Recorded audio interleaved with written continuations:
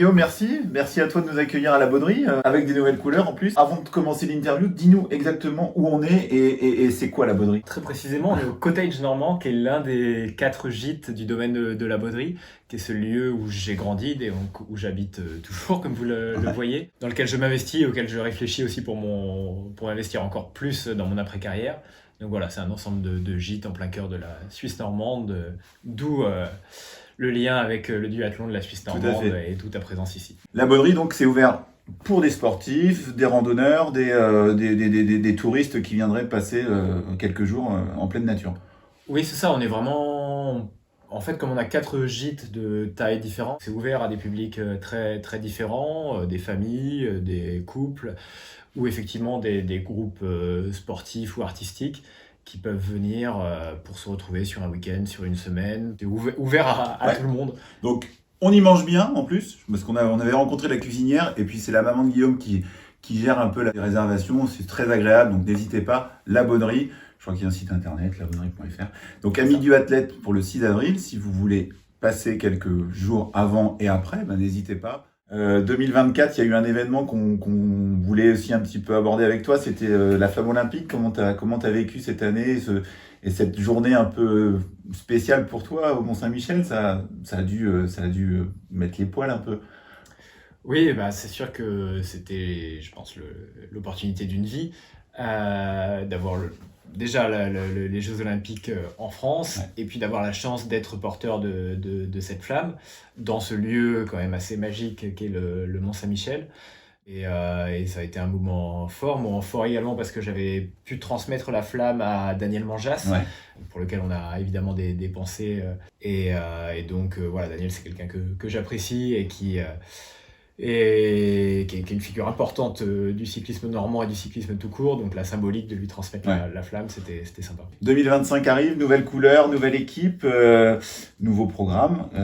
C'est comment cette rentrée et comment tu vois les choses? Bah, je vois les choses plutôt bien. Je suis content de toutes les nouveautés auxquelles je suis confronté, nouveau matériel, nouvel environnement, nouvelle méthode de travail. Donc ça faisait 5 ans que j'étais dans mon équipe précédente et je trouve qu'à un moment donné, c'est assez intéressant d'avoir de nouveaux challenges, de nouvelles perspectives. À partir du 20 février, je serai engagé sur le Tour des Alpes-Maritimes et Ouais. du Haut-Var.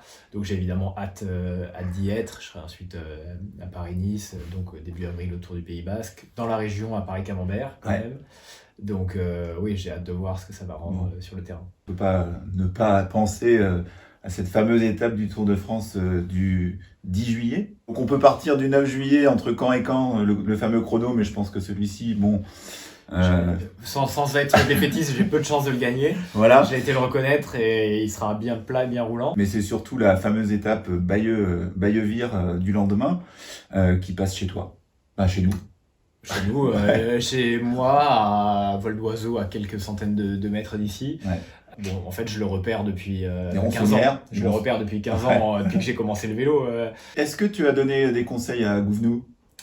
Ah non, je Non. ne me serais pas permis de lui donner des conseils. En revanche, lui m'avait demandé exactement sur quelle commune j'habitais.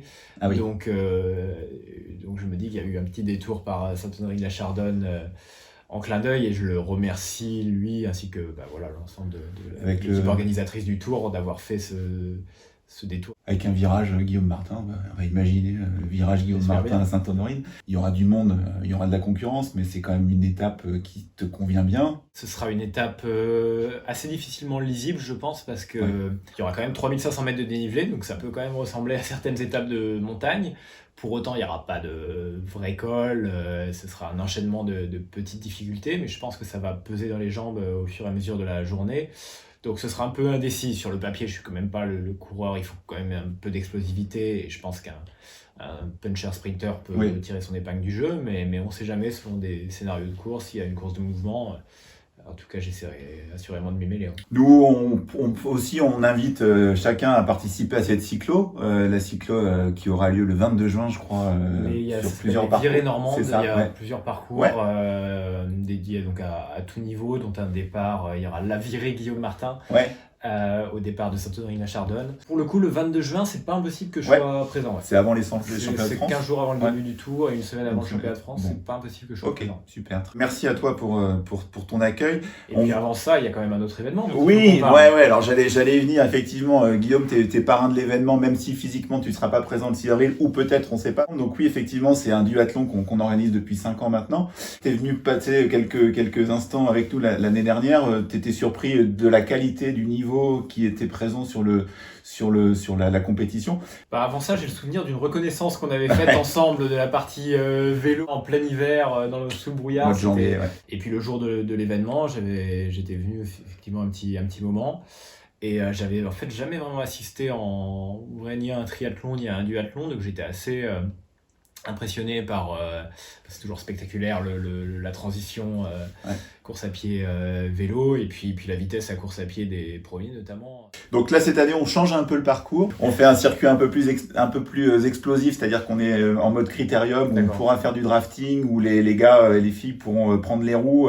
Il y a 4 tours dans Condé, c'est un peu plus spectaculaire aussi. Voilà l'idée. Mais en tout cas, écoute Guillaume, si t'es là le 6, viens nous voir. On sera très très content de pouvoir te présenter l'épreuve et puis que les gens viennent te voir aussi parce qu'ils apprécient ta présence. C'était plutôt un parrain sympa et souriant. On va le laisser parce qu'il va bientôt partir pour 3-4 heures de route là, c'est ça ? Oui, c'est ça. Ouais. Sous un magnifique soleil. Il y a de la neige annoncée, mais ça, je crois qu'il s'en fiche.